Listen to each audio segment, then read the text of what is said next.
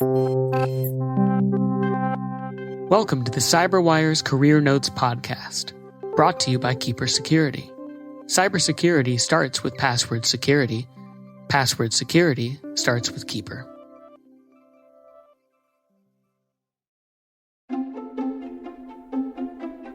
Hello, my name is Anisha Patel. I'm an associate director at Raytheon Intelligence and Space, based in Washington, D.C., and I work in the Cyber Protection Services Division.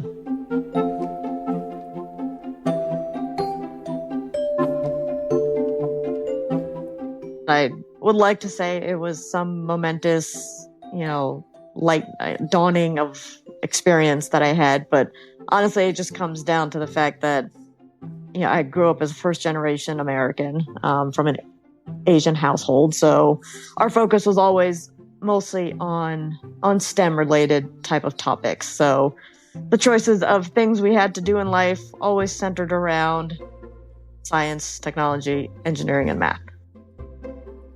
As a child, I was always interested in math. Sort of that was my strong suit, more than like the life sciences, so that basically ruled out medicine pretty quickly.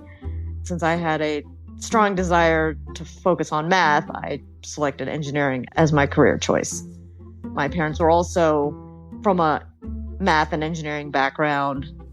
That's what folks came here from other countries to excel in, stick to what's tried and tested, as opposed to trying something sort of off the wall and new, because in their mind, anything outside of science and math was off the wall and new.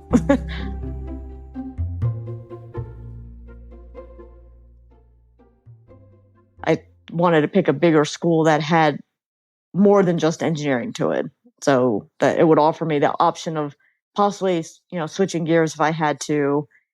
From there, I ended up choosing electrical engineering just because it had a more of a math focus and less of a science focus to it.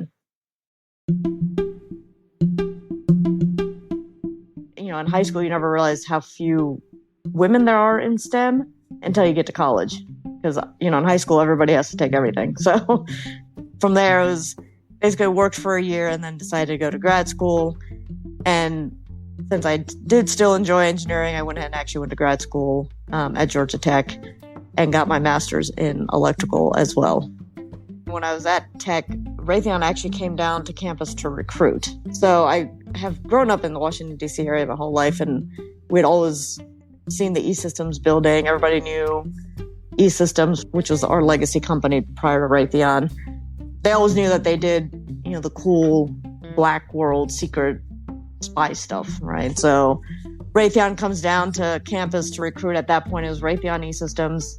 And since they were local to the area, I interviewed with them and ultimately was given an offer to join E-Systems in Falls Church, Virginia as a hardware engineer.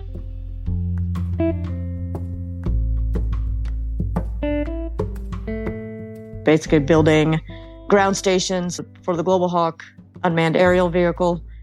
Had some pretty good mentors that I didn't even realize. It was not a formal mentorship, but people who suggested or pushed me into different areas of the company and different programs based on what they saw as a skill set that I had.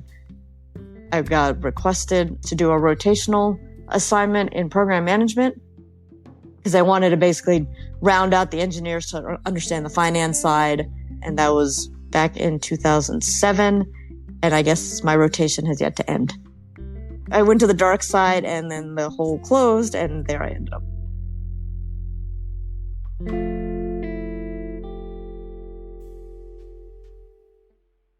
I've heard it said many times, program managers worry about everything. And over the years, I have realized you do worry about everything, from recruiting to are people getting their ethics training done on time? Is a customer having a meeting that we need to prepare for?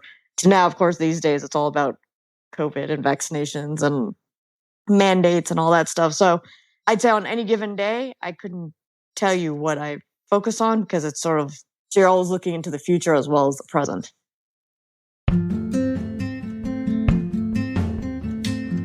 STEM has definitely increased its breadth of topics. So it's not as narrow focus as when I was in school that either you're an engineering major or you're a math major or you're some sort of science major and that's it.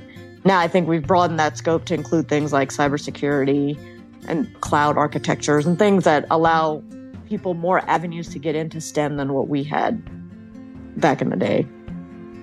I do see a lot more uniqueness of the candidates coming forward from a skill set standpoint. It's not just the traditional BS, BA, and some sort of STEM-related career, but it may be a certification or it might be their career took a different path from what their degree was in, but they still excelled at it.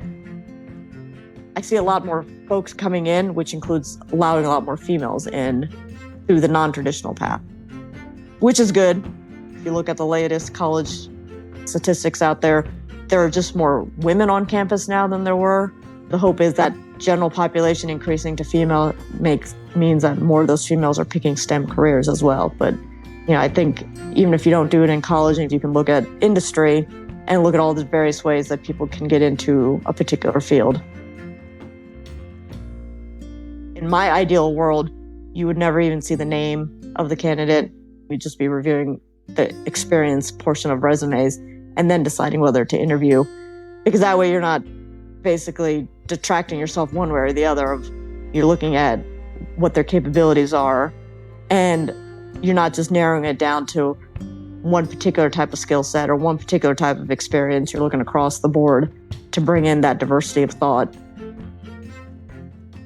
I got results. I drove teams to their top performance and capability and then held myself to that same high standard. I was not a do as you say, not as I do type of person, but I was right along with them, achieving the best of me as well as the best of them.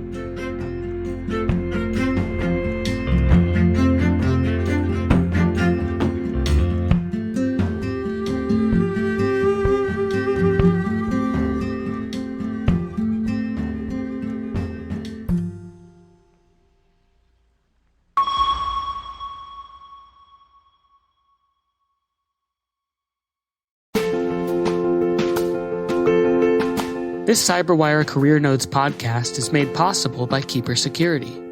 Keeper is more than a password manager.